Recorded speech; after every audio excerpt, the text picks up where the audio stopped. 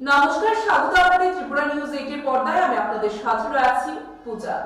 গ্র্যান্ডোস club সংলগ্ন এলাকায় নিজ ভাড়া বাড়িতে উদ্ধার এক মধ্যবয়স্ক মহিলার মৃতদেহ। সংশ্লিষ্ট মহিলা প্রেমিকের সাথে থাকতেন। অনুমান প্রেমিক মাধব এই হত্যাকাণ্ডের সাথে যুক্ত রয়েছে।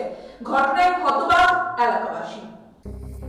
নিজের ইচ্ছায় প্রেমের ডাকে সাড়া দিয়ে আগের সংসার এবং স্বামী পেছনে রেখে নতুনভাবে প্রেমিকের হাত ধরে আধুনিক রুচিতে ভর করে লিভ টুগেদার থাকায় কাল হলো এক মধ্যবয়স্কা পেশায় হোটেল পরিচারিকা শিপ্রা দাসের।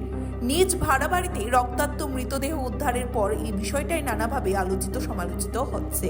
ঘটনার বিবরণী প্রকাশ আজ থেকে মাস 3 আগে রাজধানীর গ্র্যান্ডোস ক্লাব সংলগ্ন এলাকায় স্বামীকে ছেড়ে আসা শিপ্রা দাস তার প্রেমিক মাধব শীলকে সাথে নিয়ে ভাড়া থাকা শুরু করেন কোনো একটি বাড়িতে।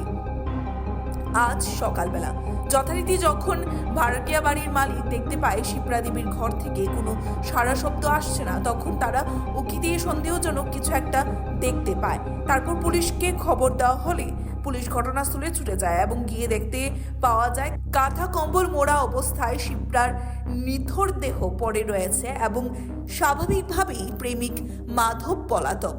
গোটা ঘটনা ঘিরে ব্যাপক চাঞ্চল্য তৈরি হয়েছে ঘটনাস্থলে পুলিশ, মহকুমা পুলিশ আধিকারিক, ফরেনসিক টিম সহ এলাকার বিপুল সংখ্যক সাধারণ মানুষের ভিড় পরিলক্ষিত হয়েছে।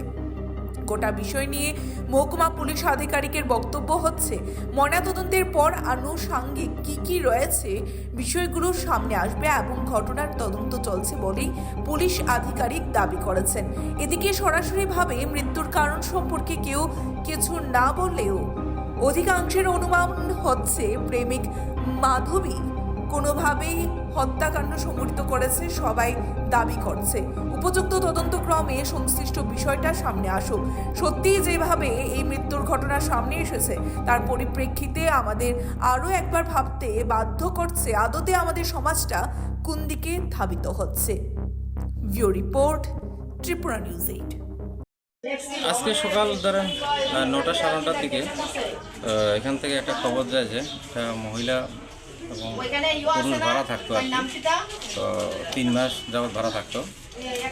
গতকালকে সরস্বতী পূজাতে সকালে ওই যে ভদ্রলোক বাইরে গেছে, তো দরজাটা একটু হাজার নিয়ে আসলো।